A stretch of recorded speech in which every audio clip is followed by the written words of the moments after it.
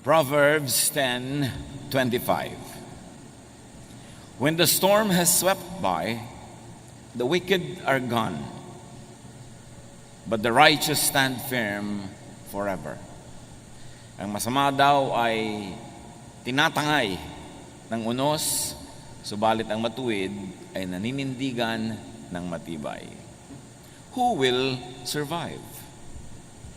Lord, salamat po dahil kayo ay patuloy na nagtuturo, nagpapaliwanag, nagpapalalim ng aming pananalig. Sa sandaling ito, kayo po ang siyang mangusap, kami po inyong turuan, kayo ang tinig na aming marinig, pangaralan niyo po kami. At nawa ang mga aral na magmumula sa inyo, maging gabay sa araw-araw na pamumuhay, magbukas ng aming pananaw at makita namin na iyong kaluwalhatian. Be our preacher, our teacher, O God. We seek you in the name of your Son, Jesus. Who will survive? Laging yan ang tanong, laging yan ang concern ng marami. Pagka dumating ang mga malalaking mga crisis, how do you survive? How do you survive losses? How do you survive reversals in life? Yung mga pagdaan sa mga mahihirap na mga kalagayan. A reversal in fortune broke Job's wife. Ang asawa po ni Job, nung nakaranas sila ng napakaraming pagbabago ng kanilang buhay, nasira ang kanyang paninindigan at pagkatao. Job 2:9-10, his wife said to him, "Are you still maintaining your integrity? Curse God and die." And this happens because changes break or make people. Pwede ang pagbabago ay makabuo o makasira sa tao. Changes could really make or break people. And in this instance, the wife of Job was broken. Meanwhile, the same reversal made Job. Naghirap sila, nakaranas ng mga karamdaman si Job, subalit lalo siyang nabuo. He replied to the wife, "You are talking like a foolish woman. Shall we accept good from God and not trouble?" In all this, Job did not sin in what he said. So changes can break or make people. The wife got broken, Job got and become more whole. Because the same heat that melts the wax hardens the clay. Yung mga pagsubok na dumadaan sa person na 1, pwedeng siya ay magiba, meron namang si person 2, lalong tumibay. The same pagsubok. But whatever and however we react, there is something that is sure: life can be full of changes. Nagbabago ang takbo ng buhay. Hindi ko mo maginahawa ay laging maginahawa, at hindi rin naman ko mo mahirap ay laging mahirap. Hindi dahil laging masaya, puro saya, hindi rin naman puro lungkot. Gumugulo nga, sabi nila, itong wheel ng buhay. At hindi mo alam kung anong pwede mangyari. Pwede ang saya mo ngayon, bukas mas masaya pa. Tapos sa susunod, mas higit pang masaya, o kaya masaya ka ngayon, bukas pa na malungkot. Proverbs 27:1, you do not know what a day may bring. Walang nakakaalam. Hindi mo alam kung gaano kahaba ang buhay. Sabi sa Luke 12:20, but God said to the foolish man, "You fool, tonight you will die. Then who will get what you have stored up?" Puro ka ipon ng ipon, puro ka payaman ng payaman, nalimutan mo ang ibang mahalaga sa buhay, kung nabawian ka ng buhay ngayon, sino makikinabang sa pinaghirapan mo? Bakit hindi mo pinakinabangan ang pinaghirapan mo? Iba lang ang makikinabang niyan. Hindi natin alam kung ano ang kasunod ng oras na ito. Because change keeps happening. Laging nagbabago. But though some details change, some general factors, some general configurations do not change. Merong sobrang nababago, meron naman ang liit-liit ng pagbabago. Tulad ng nakaikot na sa orasan ng buong 360 degrees yung kamay na pang seconds, pero yung kamay na pang minute, 1 degree pa lang ang ginalaw nun. Kapraso pa lang ginalaw niya. Samantalang nakaikot na ng buong ikot yung hand ng seconds. Meanwhile, nakaikot na ng buong ikot yung hand for minutes, kapraso lang iginalaw nung for hour. Ganun. May mga malalaki, may mga maliliit na nangyayari, pero laging may nangyayari.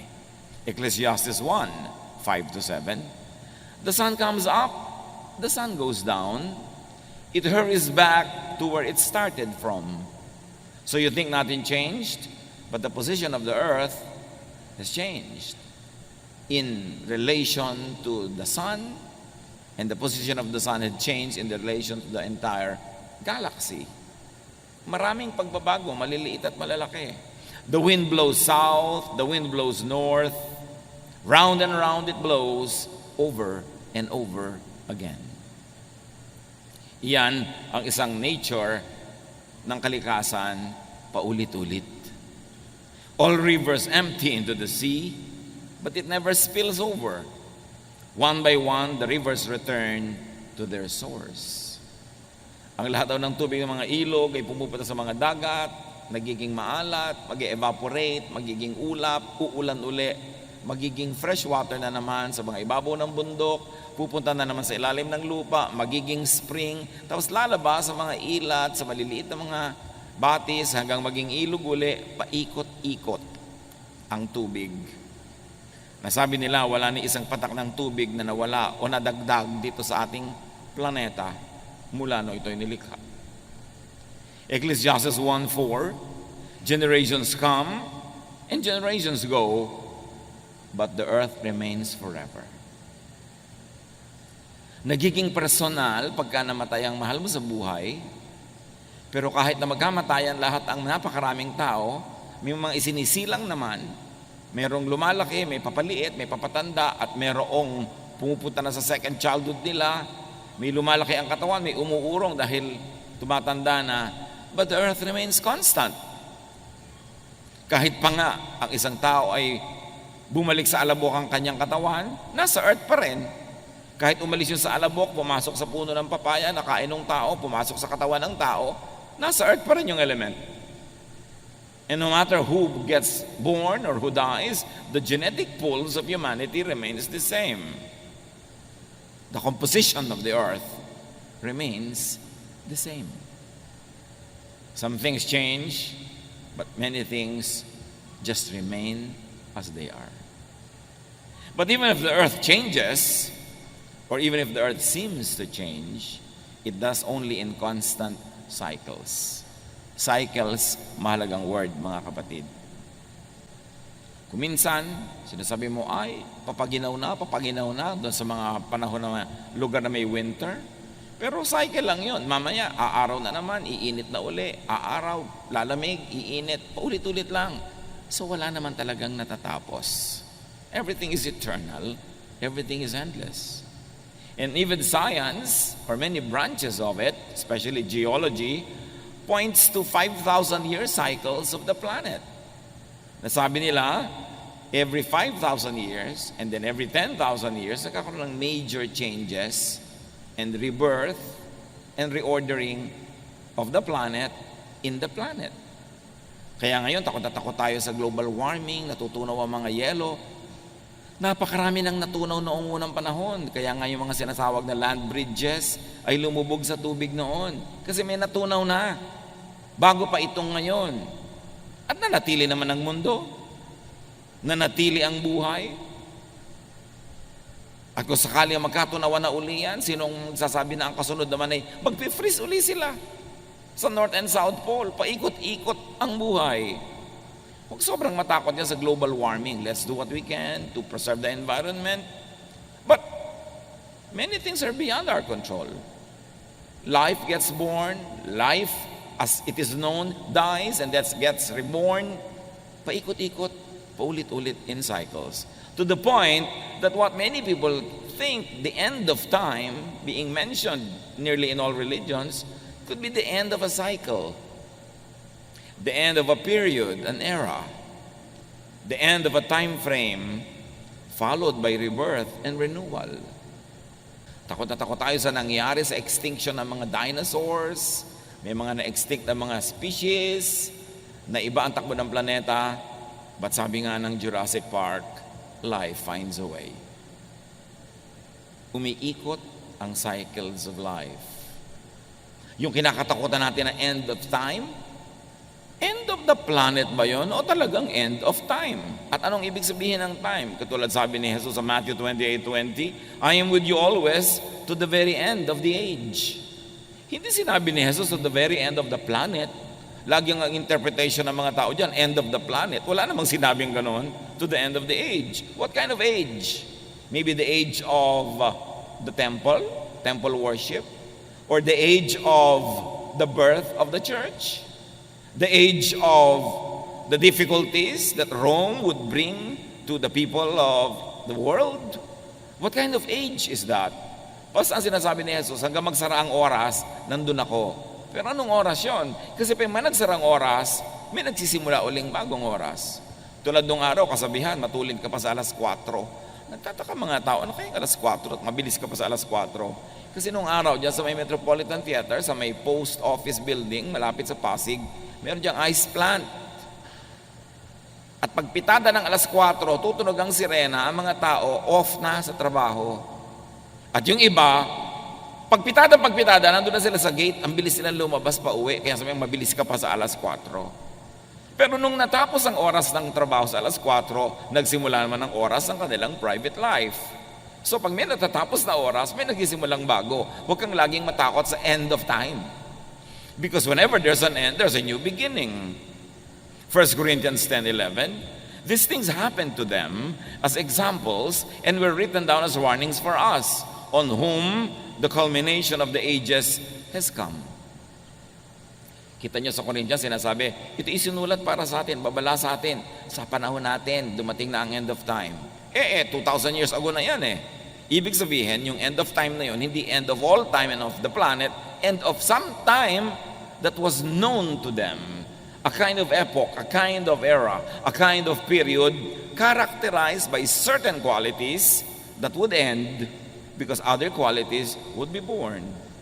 1 Peter 1:20, he was chosen before the creation of the world, but was revealed in these last times for your sake. So Peter was referring to Jesus. Sinasabi niya, bago pa nilikha ang mundo, siya inapili na isusugo. At ngayon, isinugo na ngayong mga huling araw. Again, 2,000 years ago na yung mga huling araw na yon. So yun ay mga huling araw ng ano? Huling araw ng Judaism? Huling araw ng rule ng Rome over Israel? Huling araw ng ano? Pero hindi sinabing kahuli-hulihan ng lahat-lahat ng panahon. Which of course, religion sometimes misreads, misinterprets, and scares everybody with it. Acts 2:17, in the last days, God says, I will pour out my spirit on all people. Dumating ang Espiritong Banal, napuspos ang mga alagad ni Jesus na nagtitipon-tipon sa isang kwarto. At nung sila'y puspusin ng Espiritu, naglabasan sila speaking in various tongues, in many different languages. At nung ipinapaliwanag ni Pedro yung phenomenon na ito sa mga taong hindi nakakaunawa, sabi niya, hindi ba? Sabi ni Prophet Joel, in the last days, God will pour out His Spirit on all people. Heto na yun, nangyari na. God poured out the Spirit and these people are speaking in the Spirit. Pero yung tinutukoy na yun ni Pedro, Acts chapter 2, happened 2,000 years ago. Yun na pala yung last days. E di kung last days yun, dapat wala nang today. Ibig sabihin, last days yun of something, of a period. And in fact, it could be read as last days of being governed by the law of Moses, because now they would be governed by the law of love through the Spirit. So, days ended, the days of Moses, and the beginnings of Jesus, the Jesus time for His church began. If you like to read it that way. So, wag lagi tayong natatakot sa mga end, sa mga changes. Tulad ng meron tayong mahal sa buhay, matatapos ang kanyang buhay dito sa lupa, siya ay malalagutan ng hininga, hindi yun nakakatakot kasi pagkatapos ng panahon na yon, may bagong panahon na magsisimula sa kanya. Because everything repeats. Everything runs in cycles. Life is indestructible. Tuloy-tuloy ang buhay. Naiiba lang ang ating consciousness. 1 John 2:18, this is the last hour. And as you have heard that the Antichrist is coming, even now many Antichrists have come. This is how we know it is the last hour.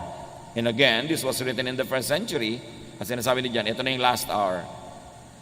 End of the world? No. End of a world. A certain world as people lived it. As people knew it. As people defined the world by. That hour of end had come. The beginning of the age of the Spirit became very, very clear. 2 Timothy 3:1, but mark this, there will be terrible times in the last days. And if you like to look at the history of Israel, the context of all of these writings, those last days were the last days of Israel as a nation under the temple, because Rome destroyed the temple and Jerusalem and dispersed all the Jews. So that age ended. Not the world, not the planet. So changes. Huwag tayong matakot sa change. Hindi naman natin kayang pigilin. Ayan, ang mga anak mo lumalaki na. Daddy, hindi na tayo ang kausap ng mga anak mo kung sino-sino na ang kausap sa text. Darating eh. Kaya naman dapat yung mga bata marunong mag-assure sa mga magulang na bagamat nagkakaroon sa mga kaibigan, may mga iniibig-ibig sila dyan, na yung magulang nila, priority pa rin mahal nila para hindi matakot yung mga magulang sa change. Lalo pag may mga anak na nag-asawa, biglang ang tao na lang sa mundo yung asawa niya. Nakalimutan na yung magulang. So, merong time na nag-change, nag-end. What was that? Nag-end na ang panahon na anak natin siya. Naging asawa na lang siya ng iba. So, dapat yung ganun mga kind of changes, kinukusyon natin yung impact at binibigyan natin ng assurance ang mga stakeholders in our lives na tuloy ang buhay. May naiba lang na elemento, a certain element of that world ended, but a new world begins. Dati, ako lang po ang anak nyo, ngayon nag-asawa na ako, dalawa na kami. Hindi nyo siya naging kahati sa aking pagmamahal, kundi naging katulong ko pa sa pagmamahal sa inyo. Dapat ganun yung mga assurances para hindi natatakot ang mga tao sa change, kundi nagiging beneficial pa nga yung change. Ecclesiastes 3:1, there is a time for everything and a season for every activity under heaven. At inisa-isa yon. There's a time to be born and there's a time to die. Walang katakataka doon. So, pag tinignan nyo ang isang bagay with your naked eye, parang walang nangyayari. Pero pag tinignan nyo sa microscope, ang dami pala nangyayari. Kahit yung kalangitan, pag tinignan nyo with the naked eye, parang the same naman lahat. Pero pag nag-telescope ka, ang dami pala nagagalawan dyan, ang dami mga nangyayari. So nasa pananaw lang natin yan. Kailangan nakikita natin, na-appreciate natin ang mga paggalaw ng mga planeta, ang paglubog ng araw, dahil para sumikat uli siya, from the point of view, of course, of the rising and the setting of the sun. But life is about change and also non-change. Some things change, some things do not. When change comes, those with set ways will be unable to bend with the wind. Ang mga sobrang pinanigasan na ang paraan ng pag-iisip, ayaw nang baguhin. Pinanigasan na ang paraan ng pamumuhay, ayaw nang ibahin. Pag dumating ang pagbabagong hindi maiiwasan, hindi sila makayuko sa ihip ng hangin tulad ng kawayan, pwede silang mabali o matumba pag-ihip ng hangin. Kaya matibay ang kawayan, anumang bagyo, yumuyuko lang sa hangin, sumasayaw, pagkatapos ng hangin, tayo uli. Pero yung mga nagmamatigas, yung mga sobrang titibay daw na puno, pag mas matibay yung hangin na dumadaan, nabubunot sila o natutumba o nababali. Ganon din ang tao.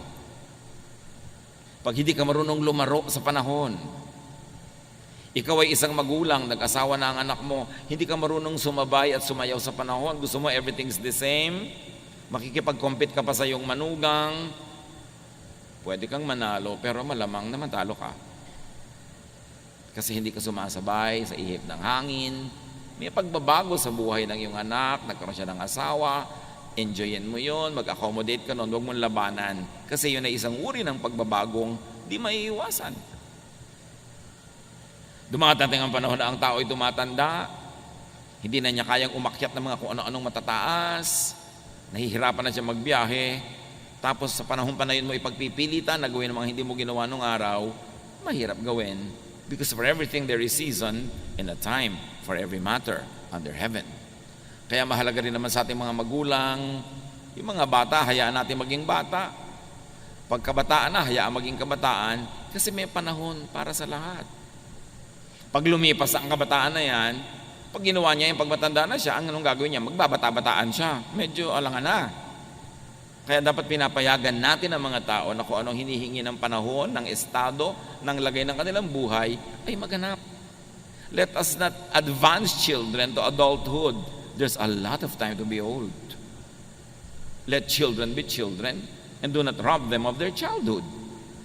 When change comes, those with set ways will have a hard time surviving or thriving. Mga political families, for instance, sanay na makapangyarihan, maluwag ang lahat, tapos biglang natalo sila halimbawa sa eleksyon. Pag hindi sila naka-adjust, ano gagawin nila? Tatalon sila sa bangin? Makikita mo yung mga survivors, ha? Ang galing ng pamilyang ito, from top to bottom, masaya pa rin, buhay pa rin. These are the people who will survive. Hindi yung dati kayong mayaman, naghirap kayo, puro na kayo ngayon lungkot at puro kayo pagmumukmok. Kung panahon ng mayaman, edi mayaman. Kung naghirap, edi mahirap. Make the most out of it. The people who have this mindset will survive. Nung panalo, edi panalo. Nung natalo, edi talo. Ano man, ang kalagayan sa buhay, niyayakap, tinatanggap, and then you make the most out of it, you will survive. Rigid habits could become gods.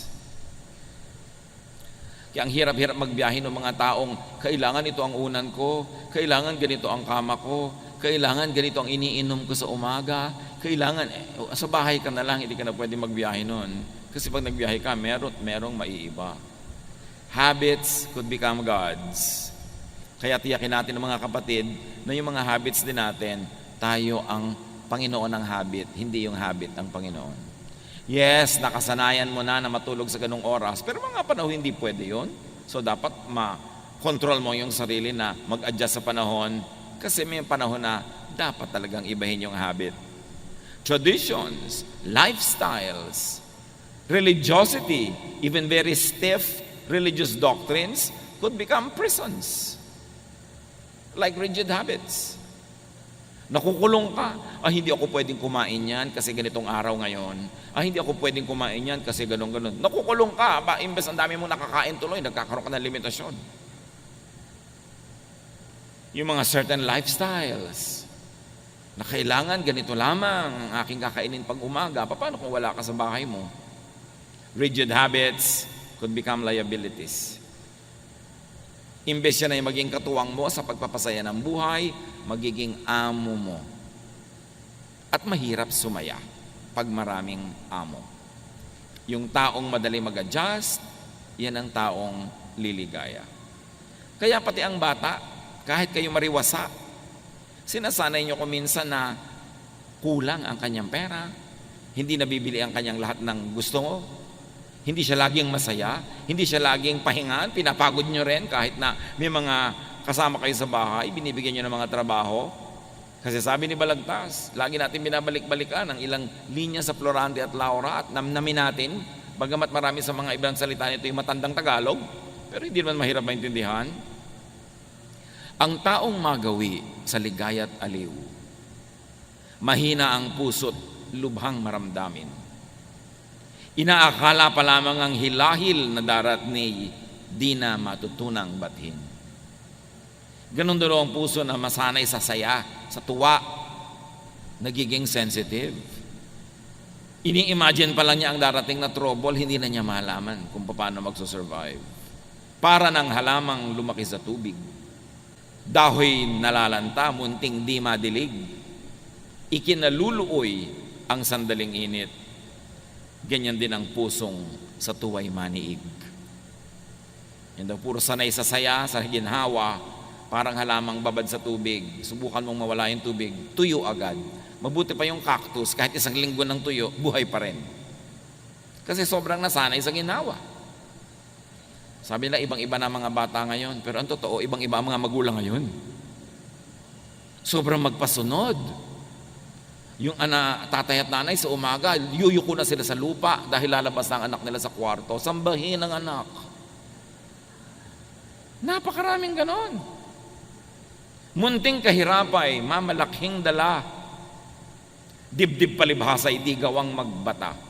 Hay bago sa mundo'y walang kisap mata, ang tao'y mayroong sukat ipagdusa. Galing ni Balagtas. Sabi niya, hindi ka sure. Isang kisap mata o kalahating kisap mata pa lang, kalahating kurap mo, pwedeng maiba ang iyong fortune, maiba ang iyong buhay. Mahal na mahal ng magulang yung anak, yung dalawang mag-asawa, sa isang aksidente, bigla silang namatay sa bahay. Paano natin si spoiled brat? Magulang lang nagtsatsaga sa mga spoiled. Babatok-batukan lang yung mga tiyo-tiya nila pagka bigla nilang kailangang alagaan yun dahil pinalaki nyo sa sarap. Kailangan sinasanay. Ang bata, tinuturuan mo makisama.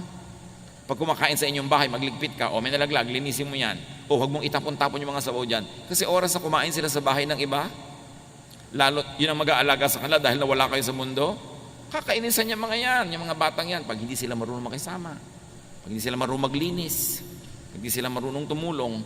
So train them for their own survival.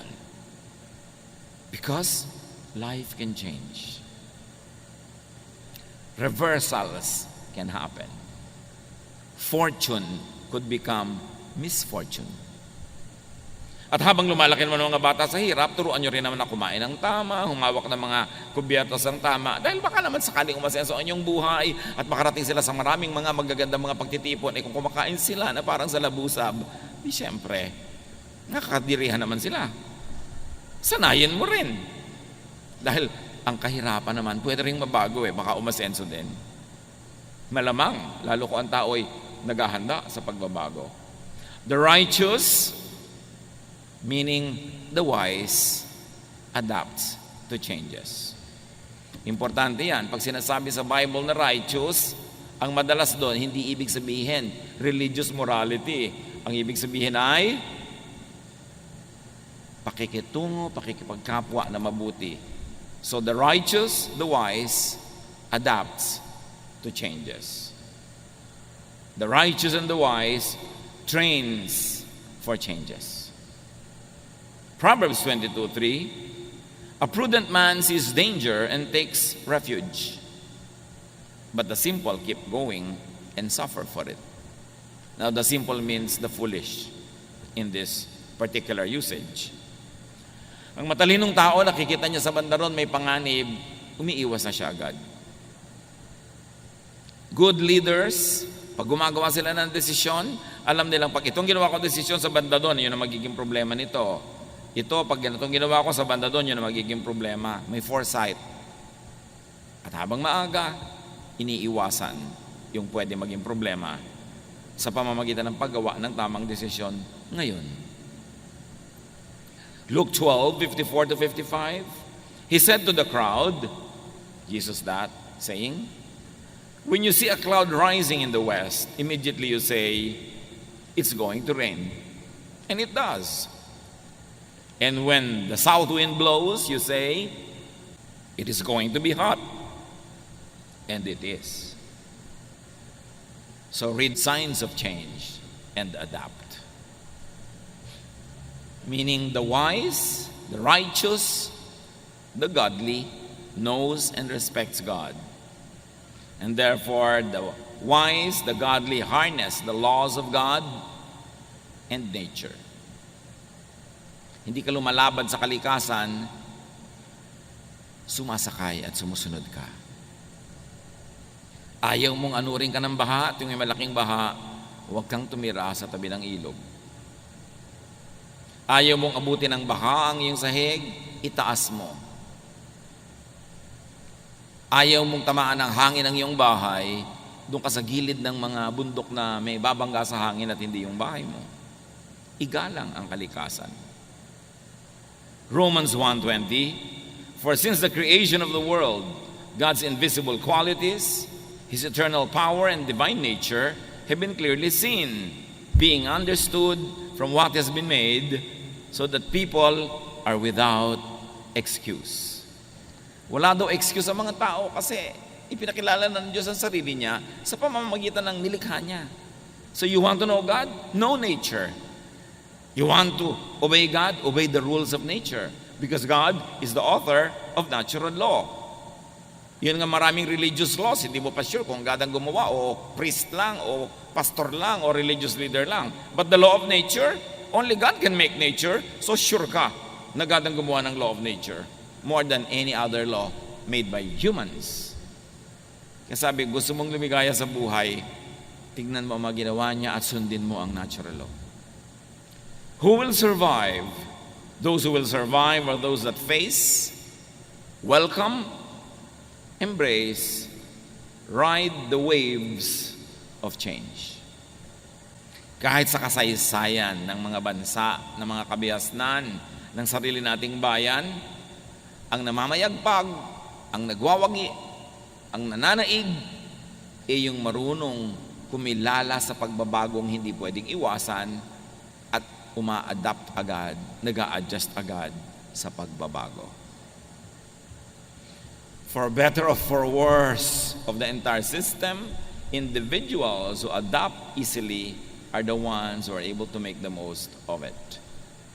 Kumisa nga, kataksilan pa yan sa bayan eh. Katulad nung dumating ang mga Kastila sa ating bansa, merong mga ayaw tanggapin yung mga Kastila, lumaban. Meron naman mga nakipagsabuatan agad, kumampi. At the end of the day, nung nagwagi yung mga Kastila, sila yung mga kasama sa wagi. That was not good for our nation, but for them individually and for their families, they benefited.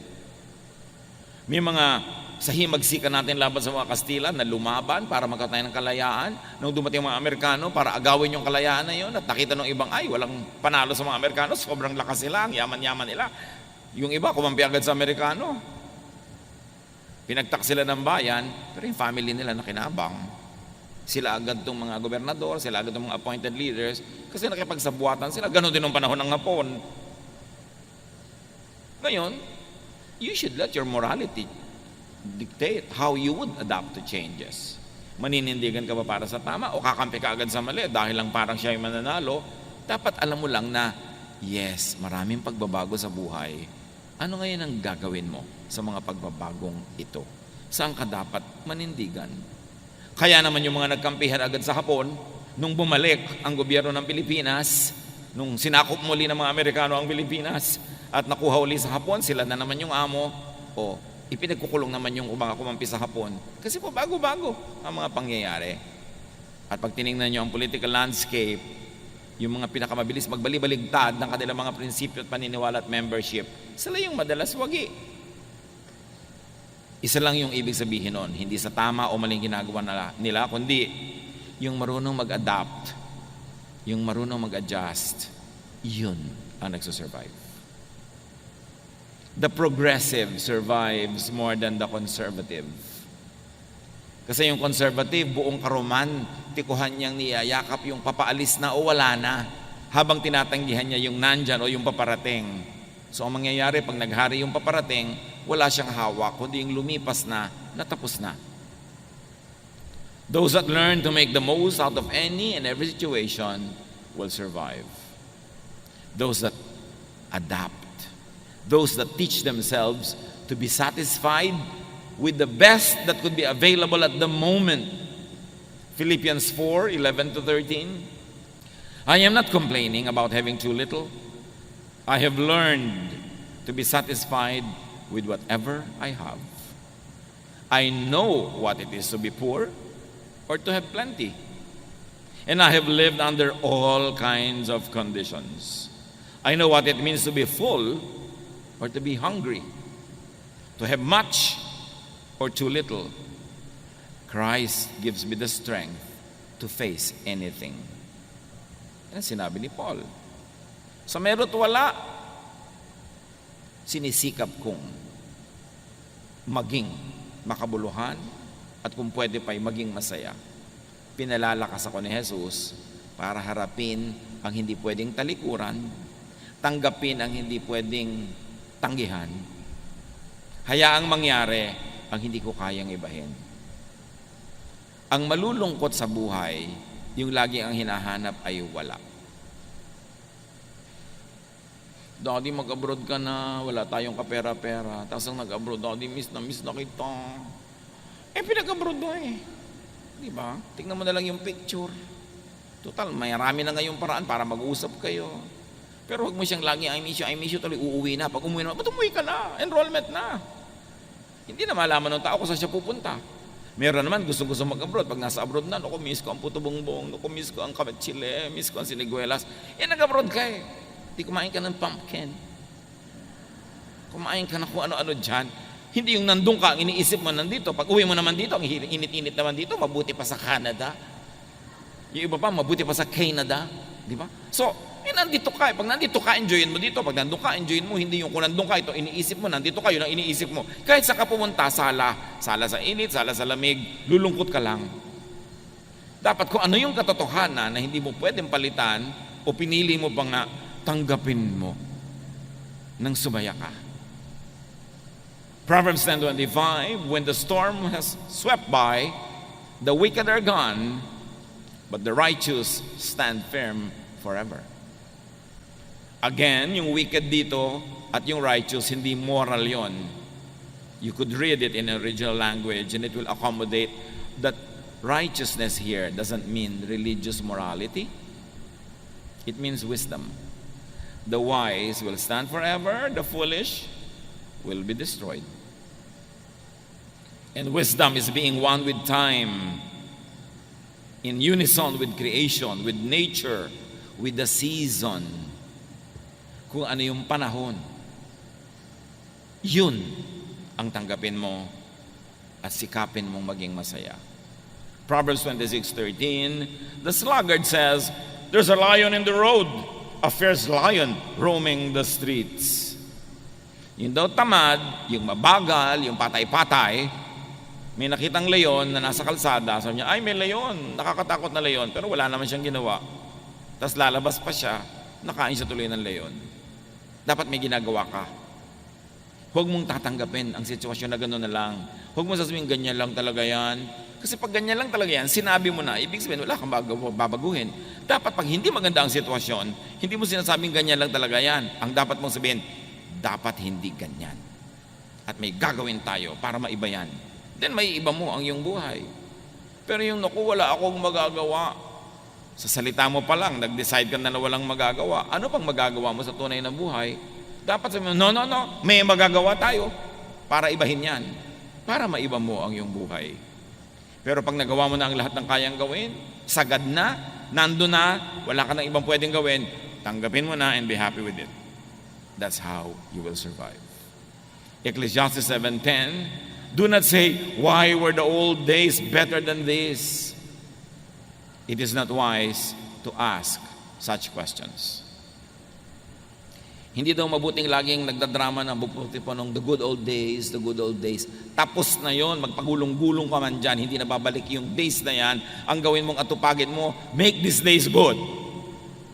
Huwag kang magdramang bukid ka, titingin doon sa tapos na, puro romansa, puro mga sentimiento. Walang mangyayari sa buhay mo. Kailangan, if the days were good, those days, you make these days good also. But stop dramatizing the good old days. Just ride with the times. No, kung nung araw, nung buhay ang atin nyo, ganito, ganoon, ngayong wala nang atin nyo, ganito na. Wala na Adjust, adapt. Pag lagi mong inuulit-ulit yan, maiinis pa sa iyo mga iba mong anak dahil lagi mo dala sinasabi, yung nung nandito ang atin nyo, nung buhay ang nanay nyo, ganyan. Ngayon, wala na nga. Paano? Anong gagawin mo? Adjust. So you will survive. So you will thrive. Ecclesiastes 7:14, when the times are good, you should be cheerful. When the times are bad, think what it means. God makes them both to keep us from knowing what will happen next. Pag daw masaya, magsaya ka. O kung malungkot ka. Pero hindi yung oras ng saya, doon ka naglulungkot. Tapos nagsasaya yung iba, doon ka malungkot. O kaya ang lungkot ng iba, doon ka naman tawa ng tawa. Wala ka sa lugar. Sabi kong, masaya, magsaya. Kasi lahat yan, gawa rin ng Diyos. At kung hindi man niya sinadyang gawin, pinayagan niya mangyari dahil sa mga ibang dahilan na maring hindi mo batid, ride ka na lang sa panahon. Kailangan, di ba? Sabi ni Sampaguita, panahon na para magsaya. Kung umabot kayo kay Sampaguita. Umabot pa kayo dyan mga anak, di ba? May Google naman, Google nyo. Hindi yung, sabi niya, ayaw ko ng pa-try. Gusto kayo, todo bigay. Kasi kung masaya, nisayahan na. Huwag nang pigil-pigilin ng mga sarili. Kasi baka bukas lungkot naman eh. Tapos manghihinayang ka. Tulad ng ang daming pagkain, nag-iinarte ka pa, ayaw mong kumain. Pag uwi mo, sayang naman, hindi ko nakain. Sayang, hindi ko nalulun yung buong baka. Kasi hindi mo pa ginawa nung nakahain. Kung ano yung meron sa iyong kamay ngayon, yun ang enjoyin mo. Just make the most of time, make the most of opportunities. Paano mo haharapin ang mga panahon ng lungkot? Paano ka maghahanda sa mga panahon ng hirap? Habang pwede, magsaya ka. Habang pwede, mag-impok ka. Enjoyin mo ang kariwasaan. Para kung dumating yung kahirapan, your memory will make you go through the difficulty. Yung mga saya na inabot mo, yun ang magiging baon mo sa madidilim, malulungkot na mga araw na darating sa buhay. Kaya yung may opportunity to be happy, take it. Because there will be days of sadness. There will be days when there's nothing you can do but accept it. Psalm 90 verse 12, teach us to number our days, that we may gain a heart of wisdom. Turuan niyo po kaming bigyan ng katuturan ang bawat araw na dumadaan sa aming buhay. Huwag masayang ang oras. Matthew 6:34, sabi ni Jesus, therefore do not worry about tomorrow. Tomorrow will worry about itself. Each day has enough trouble of its own. So how do you survive? How do you prevail? Harapin mo lang yung hawak mo ngayon today. Yung bukas naman. Hindi yun pang ngayon.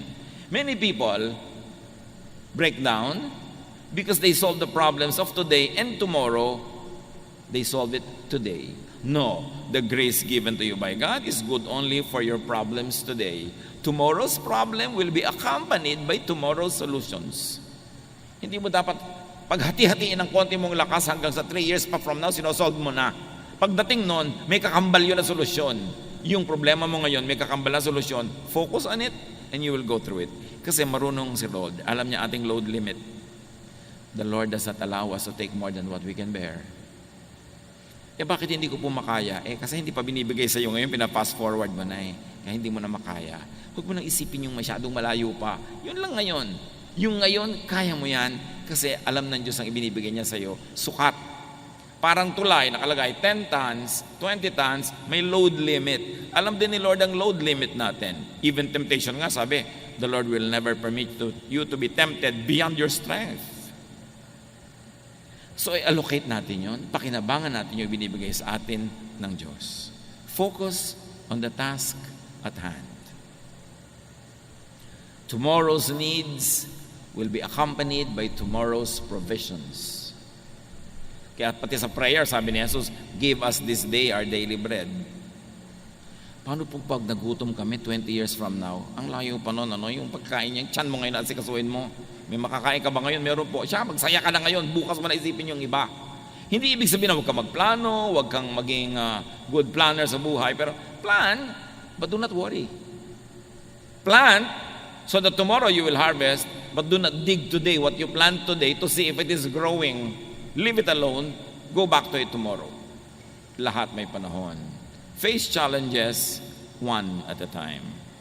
That is how you survive. Nakita nyo ang tulay, ang load limit, 10 tons. So pag may dumadaang truck na 10 tons, kaya niya. Pero yung 3 truck na sabay-sabay na dumaan doon, guguho. Kasi hanggang 10 lang Tayo din may limit. So face your challenges one at a time. Huwag niyong pagsabay-sabayin. At ang madalas magpahirap sa atin na nagsasabay-sabay ang problema ay ating guni-guni, ang ating imahinasyon. Pag inisip na natin lahat, sabay-sabay na darating yan, para na tayo magigiba. Pero hindi natin naiisip yung kasabay na solusyon pag dumating yon. survive, thrive, and very importantly, train children to survive. Practicein nyo silang mahirapan. Practicein nyo silang makisama. Hindi kayo nakakatiyak na laging kayo ang magiging kasama nila. Turuan nyo sila sa hirap at ginhawa para maging sanay sila anong nang dumating sa buhay, at whatever happens, they too will survive. Salamat, Panginoon, dahil binibigyan nyo kami ng survival blessings, survival mechanisms. Teach us na ayusin namin ang pag-iisip namin, not to fast forward problems, but to face them when we get to there. Turuan niyo po kami, Panginoon, na yun lamang ngayon ang aming asikasuhin, at yung bukas, nandun pa rin kayo, magbibigay kayo ng mga blessing na tama sa mga pangangailangan namin sa kinabukasan. Pagbulay-bulayan natin ang lahat ng ito, hanapan ng personal application sa buhay. Lord, as your people bow in prayer, in silence, let your voice finish the message, customize it for each one, make it personal. Be with the Lord in silent reflection.